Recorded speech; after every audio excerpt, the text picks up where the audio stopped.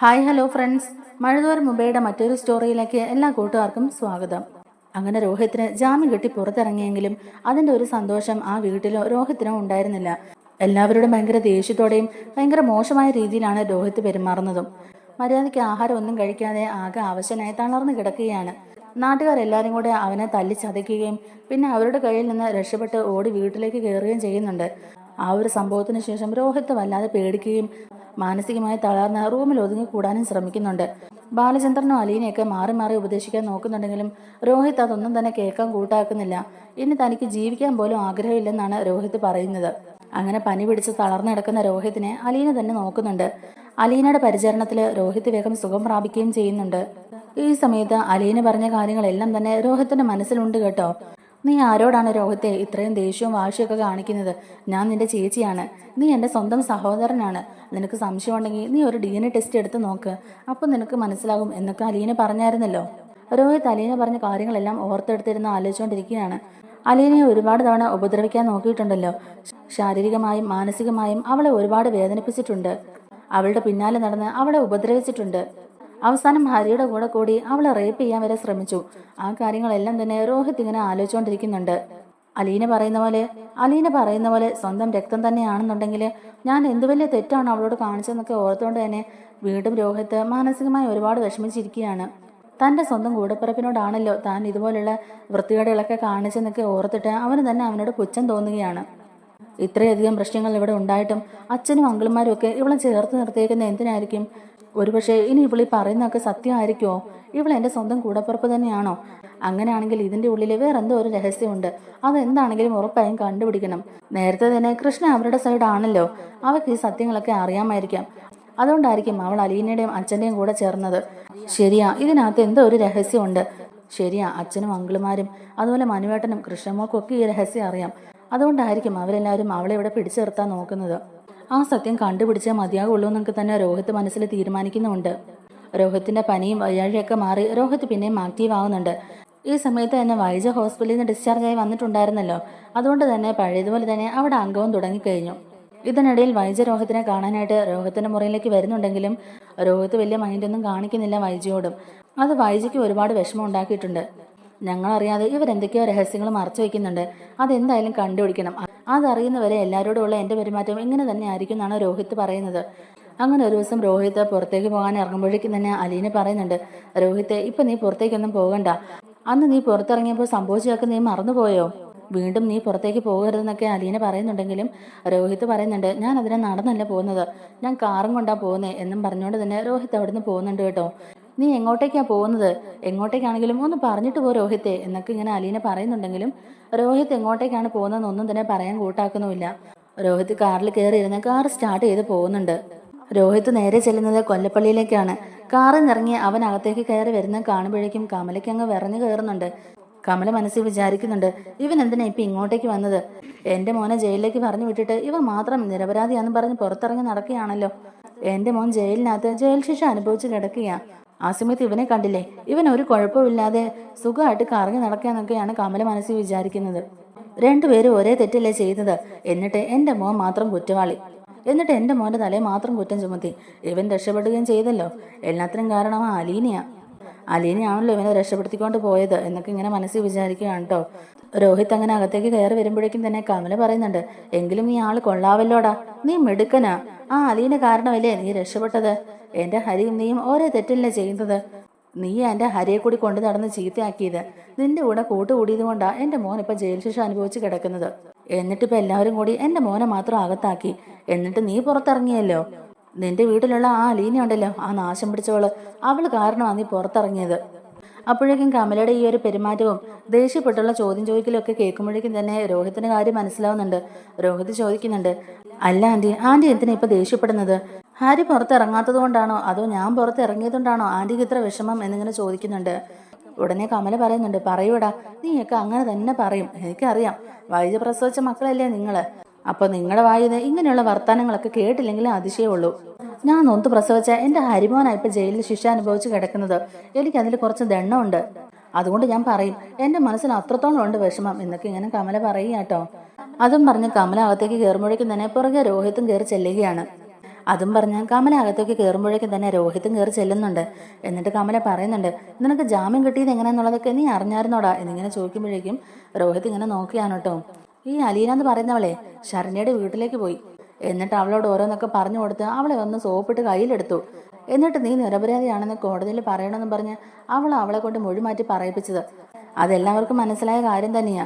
ഇനിയിപ്പോൾ അവൾ അങ്ങനെ ചെയ്തിട്ടില്ലെങ്കിൽ പോലും അതിനല്ലാതെ പിന്നെ എന്തിനാ അവൾ അങ്ങോട്ടേക്ക് പോയെന്നൊക്കെ തന്നെ കമല ചോദിക്കുകയാണ് കേട്ടോ.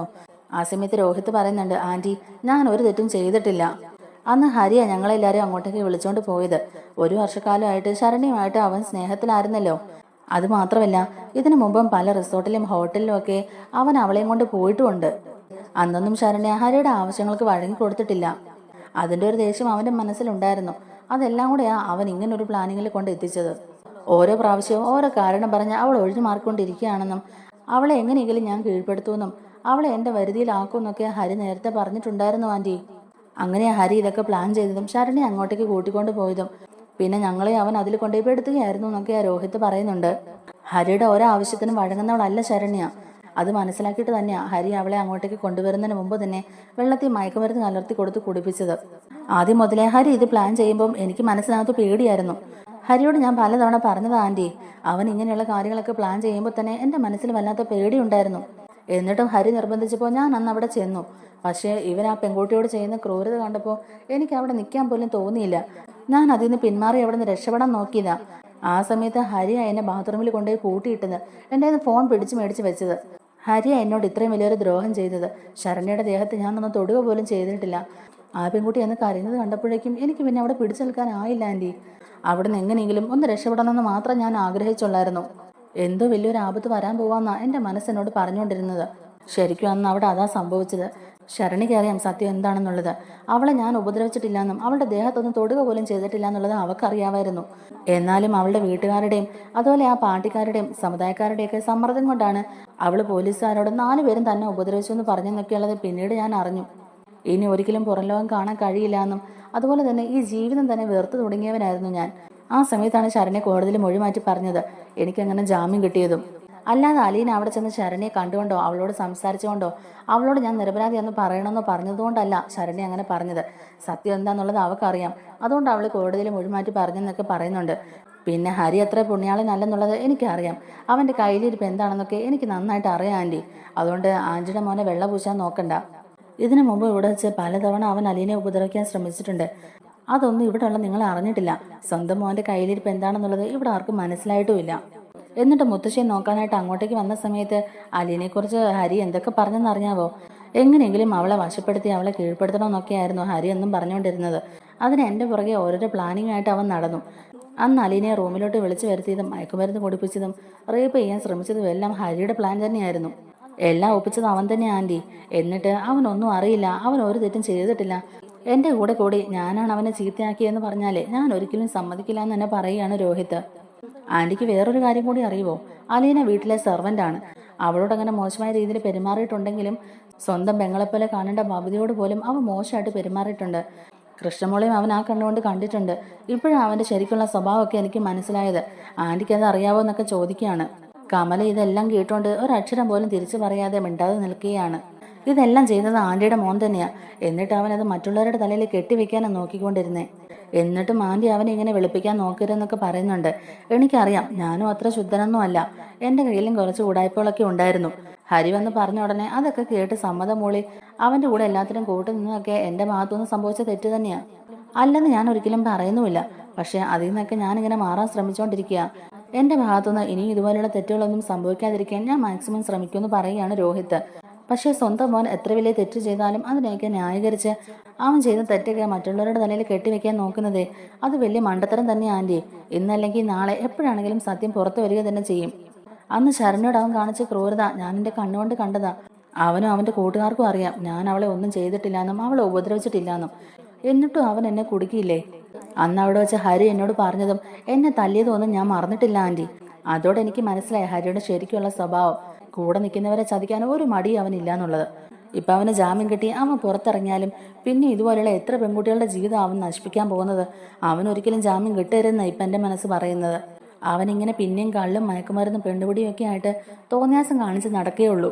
അതുകൊണ്ട് അവൻ്റെ കാര്യം പറഞ്ഞ് ആൻറ്റി എൻ്റെ അടുത്ത് ഇങ്ങനെ സംസാരിക്കരുത്. അവൻ ഇങ്ങനെ ഒരു സ്വഭാവം ഉണ്ടാക്കിയ അതിൻ്റെ കാരണം ആൻറ്റി തന്നെയാണെന്നും പറഞ്ഞ് കമലയെ ഒന്ന് കുറ്റപ്പെടുത്തുകയും ചെയ്യുന്നുണ്ട് രോഹിത്ത്. എന്നിട്ട് പറയുന്നുണ്ട് രോഹിത്ത്, ഞാനിപ്പോൾ ഇങ്ങോട്ടേക്ക് വന്നത് മനുവേട്ടനെ കാണാൻ വേണ്ടിയിട്ടായിരുന്നു. ഇങ്ങനെയൊന്നും പറയണമെന്ന് ഓർത്തോണ്ടല്ല ഞാൻ ഇങ്ങോട്ടേക്ക് വന്നത്. പക്ഷേ ആൻറ്റിയുടെ മോനെ വെള്ളപൂശി എല്ലാ കുറ്റവും എൻ്റെ തലയിൽ വെക്കാനല്ലേ നോക്കിയേ. അതുകൊണ്ടാണ് ഇപ്പോൾ ഇത്രയും കാര്യങ്ങൾ പറയേണ്ടി വന്നത് എന്നും പറഞ്ഞുകൊണ്ട് തന്നെ മനുവേട്ടാന്ന് വിളിച്ചുകൊണ്ട് മുകളിലേക്ക് കയറി ചെല്ലുന്നുണ്ട്.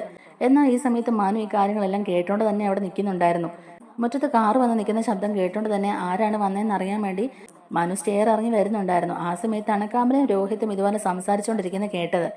രോഹിത്ത് എന്താണ് പറയുന്നതെന്ന് അറിയാൻ വേണ്ടിയിട്ട് തന്നെ മനു ഇടയ്ക്ക് കയറാതെ അവർ സംസാരിക്കുന്നത് കേട്ടോണ്ട് അവിടെ നിൽക്കുന്നുണ്ടായിരുന്നു. അങ്ങനെ രോഹിത്ത് മുകളിലേക്ക് കയറി പോകുന്ന സമയത്ത് രോഹിത്ത് പറഞ്ഞ കാര്യങ്ങളൊക്കെ കേട്ടോണ്ട് തന്നെ കമൽ ഒരക്ഷരം പോലും മിണ്ടാതെ ഇങ്ങനെ നോക്കി നിൽക്കുകയാണ് കേട്ടോ. മനു പറയുന്നുണ്ട്, നീ വന്നതൊക്കെ ഞാൻ അറിഞ്ഞായിരുന്നു. പിന്നെ അമ്മയുമായിട്ട് സംസാരിക്കുന്നതൊക്കെ കേട്ടോണ്ട് ഞാനവിടെ നിൽക്കുകയായിരുന്നു എന്ന് പറയുകയാണ്. അല്ല, എന്ത് പറ്റി ഇങ്ങോട്ടേക്ക് വരാൻ? അങ്ങനെ നീ ഇങ്ങോട്ടേക്ക് വരുന്ന ആളൊന്നും അല്ലല്ലോ. ഇപ്പൊ പിന്നെ എന്ത് പറ്റി എന്നൊക്കെ ചോദിക്കുന്നുണ്ട് കേട്ടോ. നിന്റെ ഈ വരവിന്റെ മുന്നിൽ എന്തോ ഒരു ഉദ്ദേശം ഉണ്ടെന്നുള്ളത് എനിക്ക് മനസ്സിലായി. വളച്ചോട്ടലില്ലാതെ കാര്യം എന്താന്ന് വെച്ചാൽ പറ എന്നിങ്ങനെ മനു പറയുമ്പോഴേക്കും തന്നെ രോഹിത്ത് പറയുന്നുണ്ട്, അത് പിന്നെ മനുവേട്ട, ഞാൻ ഒരു കാര്യം അറിയാൻ വേണ്ടിയിട്ട് ഇങ്ങോട്ടേക്ക് വന്നതെന്ന് പറയുകയാണ്. അതെനിക്ക് അറിഞ്ഞേ പറ്റുള്ളൂ മനുവേട്ട, അത് ഭയങ്കര അത്യാവശ്യമുള്ള കാര്യം എന്നൊക്കെ ഇങ്ങനെ പറയുമ്പോഴേക്കും തന്നെ മനു ചോദിക്കുന്നുണ്ട്, എന്തുവാണെങ്കിലും നീ ചോദിക്കേടാന്ന്. അത് പിന്നെ മനുവേട്ട, അത് വേറൊന്നുമല്ല, അലീന ആരാണെന്നുള്ളത് എനിക്കറിയണം.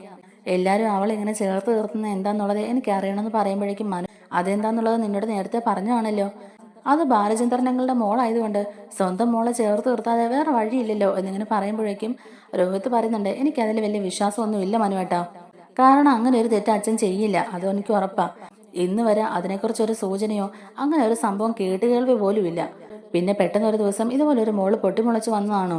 അതങ്ങോട്ടേക്ക് എനിക്ക് ഉൾക്കൊള്ളാനാവുന്നില്ല എന്നൊക്കെ തന്നെ രോഹിത്ത് പറയുന്നുണ്ട്. മനു പറയുന്നുണ്ട്, എടാ, ആ കാര്യങ്ങളൊക്കെ അങ്കിള് നേരത്തെ പറഞ്ഞല്ലേ.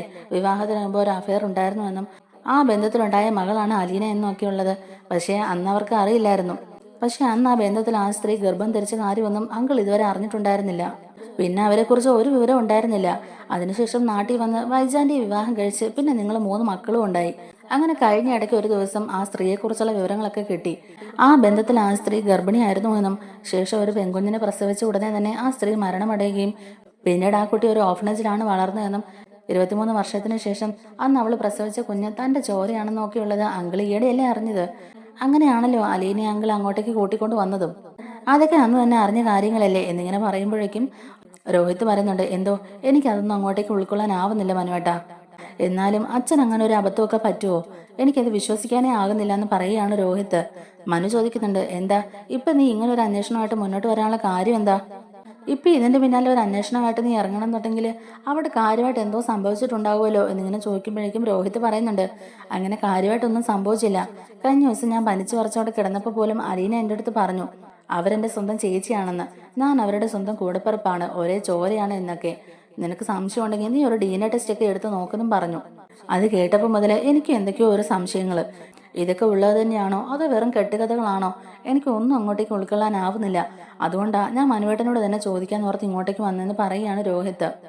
അത് മാത്രമല്ല മനുവേട്ട, അച്ഛൻ അങ്ങനെ ഒരു അബദ്ധം സംഭവിച്ച് അച്ഛന്റെ സ്വന്തം മോളാണ് അവരെങ്കിൽ പിന്നെ അങ്കിൾമാരും അതിനെ അംഗീകരിച്ച് അവളെ ചേർത്ത് നിർത്തുന്നത് എന്തുകൊണ്ടായിരിക്കും? അച്ഛൻ അങ്ങനെ ഒരു തെറ്റ് ചെയ്തിട്ടുണ്ടെങ്കിൽ അച്ഛനോട് അവർക്ക് ദേഷ്യമല്ലേ തോന്നേണ്ടത്? അങ്ങനെ ഒരു ബന്ധത്തിലുണ്ടായ കുട്ടിയെ അവർ ചേർത്ത് നിർത്തുവോ? അവരും ആ ഒരു അകൽച്ച കാണിക്കല്ലേ ചെയ്യുള്ളൂ. ഇവിടെ എല്ലാം നേരെ തലതിരിച്ചാണല്ലോ നടക്കുന്നത്. അതുകൊണ്ടാണ് എനിക്കിതൊന്നും അങ്ങോട്ടേക്ക് ഉൾക്കൊള്ളാനാവാത്തതെന്ന് രോഹിത്ത് പറയുകയാണ്. അന്ന് അവൾ അങ്ങനെ പറഞ്ഞപ്പോൾ മുതൽ ഞാൻ ഓർക്കുകയായിരുന്നു ഒരു DNA ടെസ്റ്റ് ചെയ്ത് നോക്കിയാലോ എന്ന്. അതോടുകൂടി അവൾ അച്ഛൻ്റെ സ്വന്തം മോള് തന്നെയാണെന്നൊക്കെ ഉള്ളത് കണ്ടുപിടിക്കാമല്ലോ എന്നിങ്ങനെ രോഹിത്ത് പറയുകയാണ്. ഓഹോ, അപ്പൊ നീ അവിടെ വരെയൊക്കെ എത്തിയല്ലേ? കൊള്ളാം, അതെന്തായാലും നന്നായി. എന്നാലും നിന്റെ അച്ഛനും നിന്റെ അങ്കിളുമാരും അതുപോലെ ഞാനും ഒക്കെ പറയുന്നത് തെറ്റാണെന്നാണോ നീ പറയുന്നത്? നിങ്ങൾ അങ്ങനെ ഒരു കള്ളം പറഞ്ഞ് കബളിപ്പിക്കേണ്ട കാര്യമുണ്ടോ എന്നിങ്ങനെ ചോദിക്കുമ്പോഴേക്കും രോഹിത്ത് പറയുന്നുണ്ട്, എന്തായാലും ഞങ്ങളുടെ അറിവിൽ അച്ഛൻ അങ്ങനെ ഒരു അബദ്ധം സംഭവിക്കാൻ സാധ്യതയില്ല. പിന്നെ അച്ഛൻ വേറെന്തെങ്കിലും കാരണം പറഞ്ഞ് അവളെ ഇവിടെ പിടിച്ചിർത്താൻ നോക്കുന്നതാണെന്നൊക്കെയുള്ളത് അറിയണമല്ലോ. പിന്നെ അമ്മ പറയുന്ന പോലെ അച്ഛൻ എന്തെങ്കിലും ദുരിതോഷത്തോടെയാണോ അവളെ ഇവിടെ പിടിച്ചു നിർത്തുന്നതെന്നൊക്കെയുള്ളത് ഒന്ന് നമുക്ക് മനസ്സിലാക്കാമല്ലോ എന്നിങ്ങനെ പറയുമ്പോഴേക്കും മനുവിന് ദേഷ്യം വന്നിട്ട് പറയുന്നുണ്ട്, രോഹി, നീ കുറച്ചുകൂടെ മര്യാദയ്ക്ക് വേണം സംസാരിക്കാൻ. അവൾ നിന്റെ സ്വന്തം ചേച്ചിയാ, അവളെക്കുറിച്ച് നീ ഇങ്ങനെ ഒന്നും സംസാരിക്കരുത്. അവളെ നിന്റെ അച്ഛനെയും ചേർത്ത് ഇത്രയും മോശമായിട്ട് നീ സംസാരിക്കരുത്. അതൊക്കെ വൈജാന്റെ ആവശ്യത്തിൽ കൂടുതൽ പറയുന്നുണ്ടല്ലോ. നീയും അത്രയ്ക്ക് ചീപ്പായിട്ടുള്ള സംസാരത്തിലേക്ക് പോകരുതെന്ന് പറയുന്നുണ്ട് മനു. അവളെ കണ്ടിട്ട് അവൾ അങ്ങനെ ഒരു പെണ്ണാന്ന് നിനക്ക് തോന്നുന്നുണ്ടോടാ? ഇന്ന് വരെ അവൾ നിന്റെ അച്ഛനും തമ്മിൽ വേറെ ഏതെങ്കിലും സാഹചര്യത്തിൽ നിങ്ങൾ കണ്ടിട്ടുണ്ടോ? അവർ ശരിക്കും ഒരു അച്ഛനും മോളെയും പോലെ തന്നെ അവിടെ ജീവിക്കുന്നത്. അലീന സ്വന്തം അച്ഛനായിട്ട് തന്നെ അങ്കിളിനെ കാണുന്നത്. അതുപോലെ തന്നെ അങ്കിള് ബബിതയും കൃഷ്ണമോളെയും കാണുന്ന അതേ കണ്ണിലൂടെ തന്നെ അലീനയും കാണുന്നത്. അവർ തമ്മിൽ അങ്ങനെ ഒരു മോശം ഉദ്ദേശം ഒന്നും തന്നെയില്ല. വെറുതെ ഇങ്ങനെ അനാവശ്യങ്ങളൊന്നും പറയരുതെന്നൊക്കെ പറഞ്ഞ് മനു ദേഷ്യപ്പെടുന്നുണ്ട്. രോഹിത് അപ്പം മനുവിന്റെ വാക്കുകൾ കേട്ട് ഒന്നും മിണ്ടാതെ തല കുനിച്ച് നിൽക്കുന്നുണ്ട്. വേറെ ഏതെങ്കിലും പെണ്ണായിരുന്നെങ്കിൽ ഇത്രയൊക്കെ അപമാനിച്ചിട്ടും ആ വീട്ടിൽ പിടിച്ചു നിൽക്കുവോടാ? അതുപോലെ തന്നെ നിങ്ങളുടെ എല്ലാവരുടെയും കാര്യങ്ങൾ ഇത്ര ഭംഗിയായിട്ട് വേറെ ആരെങ്കിലും നോക്കുവോ? സ്വന്തമാണെന്നുള്ളൊരു ബോധ്യം ഉള്ളത് കൊണ്ടല്ലേ അവൾ എല്ലാവർക്കും വേണ്ടി ഇങ്ങനെ കഷ്ടപ്പെടുന്നത്, എല്ലാം ചെയ്തു തരുന്നത്. അതുകൊണ്ട് നീ അവളെ ഒരിക്കലും തെറ്റായ കണ്ണിലൂടെ കാണരുത് രോഹിത്തെ. അവള് നിന്റെ സ്വന്തം ചേച്ചി തന്നെയാ, അത് ഞങ്ങൾക്ക് ഉറപ്പാണെന്നും പറയുകയാണ് മനു.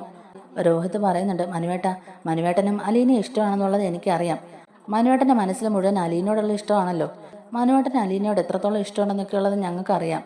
അതുകൊണ്ട് അലീനയുടെ ഭാഗം ന്യായീകരിച്ച് സംസാരിക്കുകയാണെന്ന് ചോദിക്കുമ്പോഴേക്കും മനു പറയുന്നുണ്ട്, നീയാ പറഞ്ഞത് സത്യം തന്നെയാ, എനിക്ക് അലീനയെ ഒരുപാട് ഇഷ്ടമാണ്. അലീന ആരാണെന്നൊക്കെ മനസ്സിലാക്കിക്കൊണ്ട് തന്നെ ഞാൻ അവളെ സ്നേഹിച്ചത്. ഇനി എൻ്റെ ജീവിതത്തിൽ ഒരു പെണ്ണുണ്ടെങ്കിൽ അത് അലീന മാത്രമാണ്. അതിന് സമ്മതിക്കേണ്ടവരൊക്കെ എനിക്ക് ഗ്രീൻ സിഗ്നൽ തന്നൊന്നും പറയുകയാണ് മനു. ഞങ്ങളുടെ ബന്ധത്തിൽ എൻ്റെ വീട്ടുകാർക്ക് നല്ല എതിർപ്പൊക്കെ ഉണ്ടാകും. എന്നാലും ഞാൻ അലീനയെ വിട്ട് കളയില്ല. കാരണം അവളെ പോലൊരു പെണ്ണിനെ കിട്ടാൻ ഭാഗ്യം ചെയ്യണം. അത്രയ്ക്ക് നല്ല മനസ്സുള്ളവളാ അവള്. സ്വന്തം എന്ന് കരുതുന്നവരെ ഏത് സാഹചര്യത്തിലും കൈവിടാതെ അവരുടെ കൂടെ തന്നെ ഉണ്ടാകും. അവരെ മുറുക്കെ പിടിക്കും അവള്. അവളുടെ ജീവിതം പോയാലും തന്നെ വിശ്വസിച്ചവർക്ക് ഒരബദ്ധം വരരുതെന്ന് അവൾ ആഗ്രഹിക്കുന്നത്. അതുപോലൊരു പെണ്ണിനെ വേറെ എവിടെ കിട്ടാനാടാ എന്നൊക്കെ ഇങ്ങനെ മനു ചോദിക്കുകയാണ്. അപ്പോഴും രോഹിത് ചോദിച്ച ചോദ്യത്തിന് ഒരു മറുപടി ആയിട്ടില്ല കേട്ടോ. അപ്പൊ രോഹിത് പറയുന്നുണ്ട്, അതൊക്കെ മനുവേട്ടന്റെ ഇഷ്ടം. മനുവേട്ടൻ എന്താണോ ആഗ്രഹിക്കുന്നത് അതുപോലെ മനുവേട്ടന് ചെയ്യാനുള്ള സ്വാതന്ത്ര്യം ഉണ്ടല്ലോ.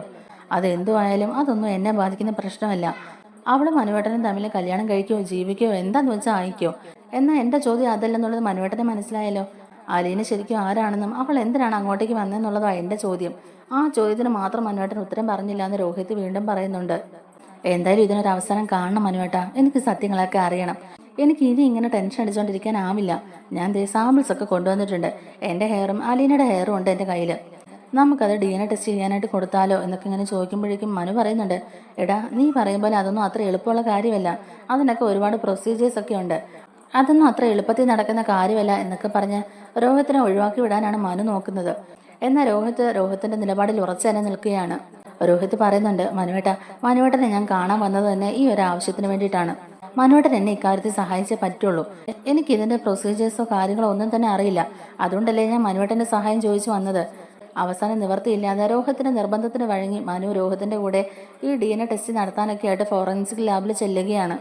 അങ്ങനെ മനുവിന് പരിചയമുള്ള മനുവിന്റെ സുഹൃത്ത് അവിടെ വർക്ക് ചെയ്യുന്ന ഒരു ഫോറൻസിക് ലാബിലേക്ക് തന്നെയാണ് കേട്ടോ ഇവർ ഈ സാമ്പിൾസും ഒക്കെ ആയിട്ട് ചെല്ലുന്നത്. രോഹിതും മനുവിന്റെ കൂടെ തന്നെ ഉണ്ട്. അങ്ങനെ അവിടെ ചെന്ന് അവരോട് കാര്യങ്ങളെല്ലാം സംസാരിച്ച് സാമ്പിൾസ് ഒക്കെ കൊടുത്തിട്ട് തന്നെ വരുന്നുണ്ട് കേട്ടോ. 2-3 ദിവസം എടുക്കുമല്ലോ ഇതിന്റെ റിസൾട്ട് കിട്ടാനായിട്ട്. അതിനുശേഷം റിസൾട്ട് മേടിക്കാനായിട്ട് മനുവും രോഹിത്തും കൂടെ അങ്ങോട്ടേക്ക് ചെല്ലുന്നുണ്ട്. റിസൾട്ട് മേടിക്കാനായിട്ട് അവരവിടെ വെയിറ്റ് ചെയ്തിരിക്കുന്ന സമയത്ത് തന്നെ മനു രോഹിത്തിനടുത്ത് ചോദിക്കുന്നുണ്ട്, കഴിഞ്ഞ ദിവസം അമ്മയോട് പറയുന്നതൊക്കെ ഞാൻ കേട്ടായിരുന്നു. എല്ലാം മറന്ന് ഇനി അങ്ങോട്ടേക്ക് പുതിയൊരു മനുഷ്യനായിട്ട് ജീവിക്കാൻ പോകാന്നൊക്കെ പറയുന്നത് കേട്ടല്ലോ. അതൊക്കെ ഉള്ളത് തന്നെയാണോ എന്നൊക്കെ ഇങ്ങനെ ചോദിക്കുമ്പോഴേക്കും രോഹിത് പറയുന്നുണ്ട്, അതേ മനുവേട്ട, ഞാൻ അങ്ങനെ ഒരു തീരുമാനം എടുത്തതാണ്. കാരണം ഇത്രയും നാളും ഹരിയുടെ കൂടെ കൂടിയാണ് ഞാൻ ഇതുപോലുള്ള കാര്യങ്ങളൊക്കെ ചെയ്തുകൊണ്ടിരുന്നത്. അവൻ്റെ കൂടെ കൂടിയ പിന്നാണല്ലോ ഞാൻ ഇതൊക്കെ ചെയ്യാൻ തുടങ്ങിയത്. അതുകൊണ്ട് ഇനി ഇതൊക്കെ പാടെ ഉപേക്ഷിക്കാൻ തന്നെ ഞാൻ കരുതുവാന്ന് പറയുന്നുണ്ട് കേട്ടോ രോഹിത്. എൻ്റെ ഭാഗത്തുനിന്നും ഒരുപാട് തെറ്റുകൾ സംഭവിച്ചു പോയിട്ടുണ്ട്. അതൊക്കെ ഹരിയുടെ സപ്പോർട്ടോടു കൂടി ചെയ്തതാണ്. അല്ലാതെ ഇതൊന്നും തന്നെ ചെയ്യാനുള്ള ധൈര്യമൊന്നും എനിക്കില്ല. പിന്നെ അലീനയുടെ കേസിലാണെങ്കിൽ അലീന എനിക്ക് ഇഷ്ടമല്ലായിരുന്നു. പിന്നെ ഹരിയും അവളെ ഉപദ്രവിക്കണമെന്നൊക്കെ പറയുന്നത് കേട്ടപ്പോഴേക്കും അവളോടുള്ള ദേഷ്യം കൊണ്ടാണ് ഞാൻ അവളോട് അങ്ങനെയൊക്കെ പെരുമാറിയത്. ഞാനങ്ങനെ ഹരിയെ മാത്രം കുറ്റപ്പെടുത്തി സംസാരിക്കുകയല്ല മനുവേട്ടനൊന്നും വിചാരിക്കരുത്. ഒരു കണക്കിന് നോക്കിയാൽ എൻ്റെ ഭാഗത്തും തെറ്റുണ്ടല്ലോ. ഞാനും അതിനൊക്കെ കൂട്ടു നിന്നുകൊണ്ടാണല്ലോ അങ്ങനെയൊക്കെ സംഭവിച്ചത്. അവനെ മാത്രം കുറ്റം പറഞ്ഞിട്ടും കാര്യമില്ല. എൻ്റെ ഭാഗത്തും തെറ്റുണ്ട്. ഞാനും അങ്ങനെ ഒന്നും പോകാൻ പാടില്ലായിരുന്നു. ഞാൻ എന്നെ തന്നെ നിയന്ത്രിച്ച് നിർത്തണമായിരുന്നു. അതിനെനിക്ക് കഴിഞ്ഞില്ല. അതാ സംഭവിച്ചത്. ഇനി ഇതുപോലുള്ള തെറ്റൊന്നും ചെയ്യാതെ ഇതുപോലുള്ള കെണിയിലൊന്നും പോയി പെടാതെ മാനം മര്യാദയ്ക്ക് നല്ല രീതിക്ക് ജീവിക്കണമെന്ന് തന്നെ ഞാൻ ആഗ്രഹിക്കുന്നതെന്നൊക്കെ രോഹിത് പറയുന്നുണ്ട്. ആ സമയത്ത് മനുവും പറയുന്നുണ്ട്, അതെ അങ്ങനെ തന്നെ വേണം. മനുവും പറയുന്നുണ്ട്, അതെ ഇപ്പം നീ എടുത്തിരിക്കുന്ന തീരുമാനം എന്തും കൊണ്ടും നല്ലതാ. ഹരി എൻ്റെ സ്വന്തം അനിയനൊക്കെയാണ്. പക്ഷെ അവൻ്റെ കയ്യിലിരിപ്പം അത്ര നല്ലതല്ലല്ലോ. അവനാണല്ലോ നിങ്ങളെ കൊണ്ടും ഇതൊക്കെ ചെയ്യിപ്പിച്ചത്. ചെറുപ്പം മുതലേ അവൻ ഇങ്ങനെയൊക്കെ തന്നെയായിരുന്നു. അമ്മയായിരുന്നു അന്നും അവനെ സപ്പോർട്ട് ചെയ്ത് കൂടെ നിർത്തിയത്. ചെറുപ്പം മുതലേ അവൻ എന്ത് ചെയ്താലും അതിനെയൊക്കെ ന്യായീകരിച്ച് അവനെ കുറ്റപ്പെടുത്തുകയോ ശിക്ഷിക്കുകയോ ഒന്നും തന്നെ ചെയ്യാതെ അവനെ ലാളിച്ച് വളർത്തി. അവസാനം ഇപ്പൊ സ്വന്തം മോൻ ജയിലിൽ കിടക്കേണ്ട ഒരു അവസ്ഥ ഉണ്ടായി. അതൊക്കെ എൻ്റെ അമ്മയുടെ കയ്യിലിരിപ്പുകൊണ്ട് തന്നെ സംഭവിച്ചതാ. അവനെ വേണ്ട രീതിക്കൊന്ന് പിടിച്ചിരുന്നെങ്കിൽ ഇന്ന് ഇതുപോലൊരു പ്രശ്നത്തിൽ അവൻ ചെന്ന് ചാടില്ലായിരുന്നു എന്നൊക്കെ മനു പറയുന്നുണ്ട്. നീ ഇങ്ങനെ ഒരു DNA ടെസ്റ്റ് നടത്തുന്ന വിവരം വീട്ടിൽ ആർക്കെങ്കിലും അറിയുമോ എന്ന് ചോദിക്കുമ്പോഴേക്കും രോഹിത് പറയുന്നുണ്ട്, ഇല്ല, ആർക്കും അറിയില്ല. ഇത് ഞാൻ സ്വയം എടുത്ത തീരുമാനമാണ്. എന്തായാലും റിസൾട്ട് വരട്ടെ. റിസൾട്ട് വരുമ്പോൾ ബാക്കി കാര്യങ്ങളൊക്കെ അറിയാമല്ലോ. അലീന എൻ്റെ കൂടപ്പിറപ്പാണോ അതോ അമ്മ പറയുന്ന പോലെ അച്ഛൻ്റെ എന്തെങ്കിലും അവിഹിത ബന്ധമാണോ എന്നൊക്കെയുള്ളത് ആ സമയത്ത് നമുക്ക് മനസ്സിലാക്കാമല്ലോ. അങ്ങനെ എന്തെങ്കിലും ആണെങ്കിൽ മനുവേട്ട, അവളെ കൊന്നിട്ടാണെങ്കിലും ഞാൻ ജയിലിൽ പോകും. അവളെ ആ വീട്ടിൽ ഞാൻ വാഴിക്കുകയല്ല. ഇനിയിപ്പം മറിച്ചാണെങ്കിൽ അവൾ എൻ്റെ കൂടപ്പിറപ്പാണെങ്കിൽ അവൾക്ക് വേണ്ട പരിഗണനയും സ്നേഹമൊക്കെ ഞാൻ കൊടുക്കുകയും ചെയ്യും. ആരലീനെ എതിർത്താലും അലീനെ ഞാൻ എൻ്റെ കൂടെ നിർത്തുകയും ചെയ്യുമെന്നൊക്കെ തന്നെ രോഹിത് പറയുന്നുണ്ട്. എനിക്കിത് അറിയണം, ഇതിൻ്റെ സത്യാവസ്ഥ എന്താണെന്നുള്ളത് എനിക്ക് മനസ്സിലാക്കിയേ പറ്റുള്ളൂ എന്നൊക്കെ തന്നെ രോഹിത് ഇങ്ങനെ നിർബന്ധിച്ച് പറയുകയാണ്. വീട്ടിൽ ഇപ്പോൾ നടക്കുന്ന പ്രശ്നങ്ങളൊക്കെ മനുവേട്ടന് അറിയാമല്ലോ. അമ്മ വാടകയ്ക്ക് വീട് എടുത്തിട്ട് അങ്ങോട്ടേക്ക് താമസം മാറാനായിട്ട് എന്നെയും അതുപോലെ ബബിതയൊക്കെ വിളിച്ചുകൊണ്ടിരിക്കുക. അച്ഛനാണെങ്കിൽ അച്ഛൻ്റെ നിലപാടിൽ ഉറച്ചു നിൽക്കുക. അച്ഛൻ്റെ തീരുമാനത്തിന് എന്തായാലും ഒരു മാറ്റം ഉണ്ടാവുമെന്ന് എനിക്ക് തോന്നുന്നില്ല. അതുപോലെ അച്ഛനും അമ്മയും തമ്മിൽ പിരിഞ്ഞിട്ടുണ്ടെങ്കിൽ ഈ കുടുംബം തന്നെ ഇല്ലാതായി പോകും. രണ്ടും രണ്ട് വഴിക്കാകും. മനു പറയുന്നുണ്ട്, അങ്ങനെ സംഭവിച്ചിട്ടുണ്ടെങ്കിൽ പിന്നെ ആ കുടുംബം തന്നെ ഇല്ല. അങ്ങനെ ഒരിക്കലും ആ കുടുംബം വേർപിരിഞ്ഞു പോകാൻ സമ്മതിക്കരുത്. ആൻറ്റി എന്ത് പറഞ്ഞിട്ടാണെങ്കിലും ഇവിടെ തന്നെ പിടിച്ചു നിർത്താൻ നോക്കണം. അങ്കിളുടെ കാര്യമില്ലേ, അങ്കിൾ ആദ്യമൊക്കെ കുറച്ച് ദേഷ്യം കാണിച്ചെന്നിരിക്കും. ആൻറ്റി ഇവിടെ ഒരു വിട്ടുവീഴ്ച ചെയ്ത് പോകാൻ തയ്യാറാണെങ്കിൽ പിന്നെ ഇവിടെ ഒരു പ്രശ്നവുമില്ല. എല്ലാവർക്കും നല്ല സുഖത്തിലും സന്തോഷത്തിലും ആ വീട്ടിൽ താമസിക്കാം. ഇവിടെ ഇപ്പൊ രണ്ടുപേർക്കും ഇല്ലാത്തതും അതൊക്കെ തന്നെയാണല്ലോ, ക്ഷമയും വിട്ടുവീഴ്ചയും. അതില്ലാതെ ഈ പ്രശ്നം എങ്ങനെ സോൾവ് ആക്കാൻ പറ്റും എന്നുള്ളത് എനിക്കും അറിയത്തില്ല. പിന്നെ ഒറ്റ വഴി എഴുത്, നിങ്ങൾ 4 മക്കളാണ്. നിങ്ങൾ 4 മക്കളും കട്ടയ്ക്ക് അങ്കിളിനെ സപ്പോർട്ട് ചെയ്ത് കൂടെ നിന്ന അമ്മ തനിയെ തിരിച്ചു വന്നോളും.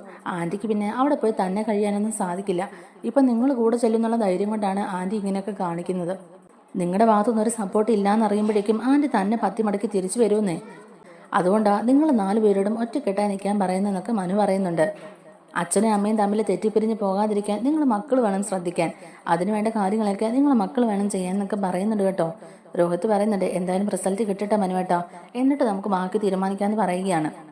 അങ്ങനെ അവർ DNA ടെസ്റ്റിൻ്റെ റിസൾട്ട് മേടിക്കാനായിട്ട് വെയിറ്റ് ചെയ്തിരിക്കുന്ന സമയം കൊണ്ട് തന്നെ അലീന അവർക്ക് വേണ്ടിയിട്ടും ആ വീടിന് വേണ്ടിയിട്ടും ചെയ്ത ത്യാഗങ്ങളെക്കുറിച്ചും ആ വീട്ടിലെ എല്ലാവരുടെയും നന്മ മാത്രമാണ് ആഗ്രഹിക്കുന്നത് എന്നുള്ള കാര്യങ്ങളും അതിനുവേണ്ടി അവൾ ചെയ്തതും എല്ലാം തന്നെ നമ്മുടെ മനു രോഹിത്തിനെ പറഞ്ഞ് കേൾപ്പിക്കുകയാണ് കേട്ടോ. രോഹിത്തിന് ഈ ഒരു വിഷയത്തിൽ പോലും അവൾ എത്രമാത്രം റിസ്ക് എടുത്തു എന്നുള്ളതും കോളനിക്കാരെല്ലാവരും അവളെ മണ്ണെണ്ണ ഒഴിച്ച് കത്തിക്കാൻ വരെ ഒരുങ്ങിയതാ. എന്നിട്ടും ധൈര്യത്തോടെ തന്നെ ശരണ്യെ പോയി കാണുകയും ചെയ്തു. അങ്ങനെ അവളുടെ നല്ല മനസ്സ് കാരണമാണ് നിനക്ക് ജാമ്യം അനുവദിച്ചത്.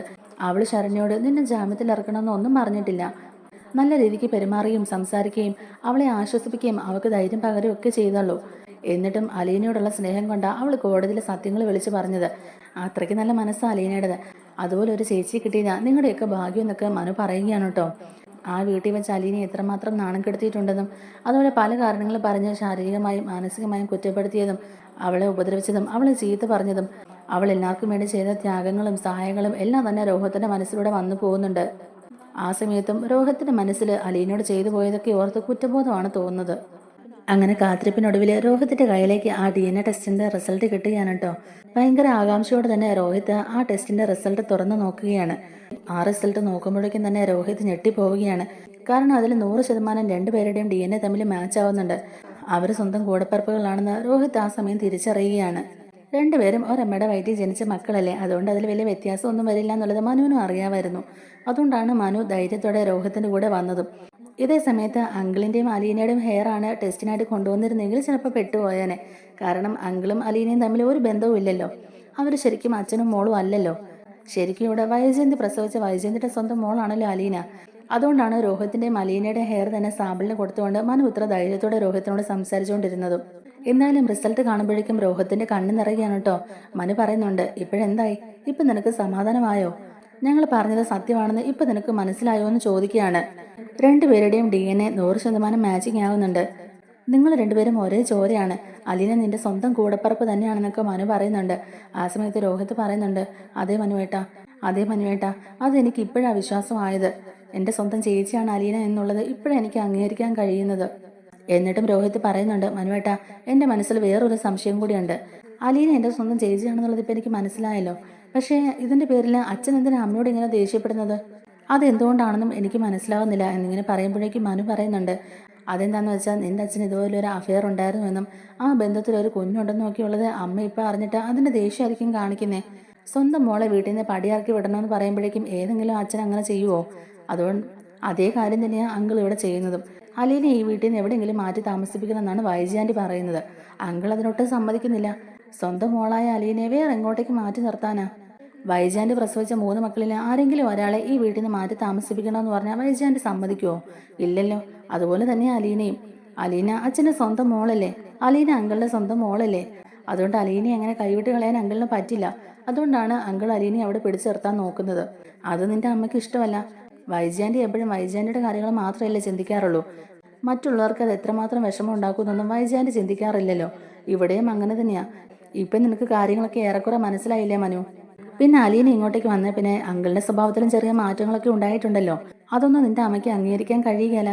കാരണം ഇത്രയും നാളും ആ വീട്ടിലെ യജമാനിയായിട്ട് കഴിഞ്ഞിരുന്നതല്ലേ ആന്റി. ആന്റിയോടുള്ള ഇഷ്ടം കൊണ്ട് അങ്കിൾ എല്ലാത്തിനുമുള്ള സ്വാതന്ത്ര്യം കൊടുത്തു. അതിപ്പോൾ അല്പം കടന്നുപോയി. അതിപ്പോൾ ഇച്ചിരി കൂടിപ്പോയി. ആന്റി പറയുന്നതിനിപ്പുറം വേറെ എന്തെങ്കിലും ചെയ്തിട്ടുണ്ടെങ്കിൽ അത് ആന്റിക്ക് ഇഷ്ടക്കേടുണ്ടാക്കും. അങ്കിളിപ്പോൾ അങ്കിളിന്റെ സ്റ്റാൻഡിൽ ഉറച്ചു നിൽക്കുകയല്ലേ. അതുകൊണ്ട് കുറച്ച് സ്വരച്ചേർച്ചയൊക്കെ ഉണ്ടായെന്ന് വരും. അതൊന്നും നിങ്ങളെ കാര്യമാക്കണ്ട. ഇവിടെ നിങ്ങൾ 4 മക്കളും ഒറ്റക്കെട്ടായി സ്ട്രോങ് ആയിട്ട് നിന്ന ആന്റിക്ക് പിന്നെ അവിടെ ഒന്നും ചെയ്യാനാവില്ല.